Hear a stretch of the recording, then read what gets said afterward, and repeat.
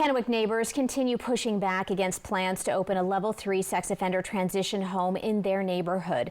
The group running the home says a rural Findlay location didn't work and claims the sheriff's office shut it down immediately. But tonight, in a story you will only see here, the Benton County Sheriff is pushing back on that specific narrative and speaking out for the first time regarding the situation as a whole.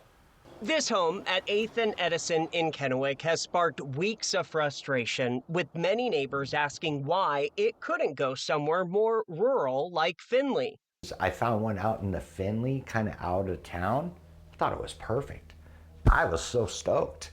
And I got shut down by the sheriff. Sheriff Michael Clark, who's been in the role since October of last year, says that meeting happened before he became sheriff, but his office doesn't have the legal authority to block where the home goes. My understanding of it now is that it was a very surface level meeting.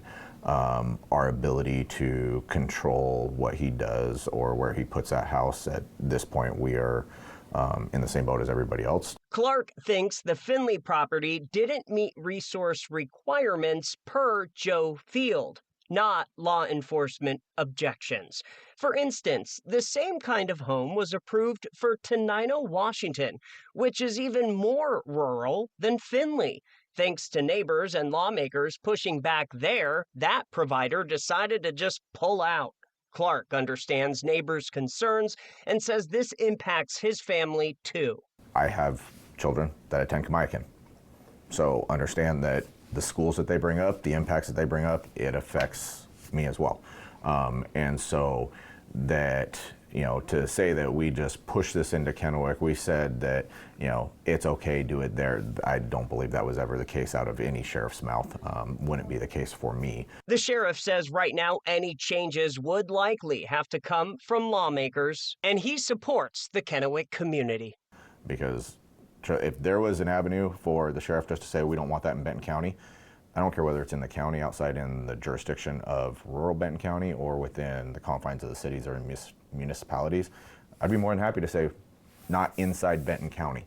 And if it was as simple as that and wave the magic wand, go for it.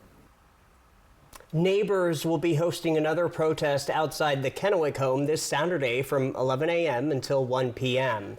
Now, late this afternoon, I actually spoke with the sheriff of Thurston County, that's on the west side of the state, and where the Tenino home was approved to go. But the sheriff actually helped neighbors stop it from opening up.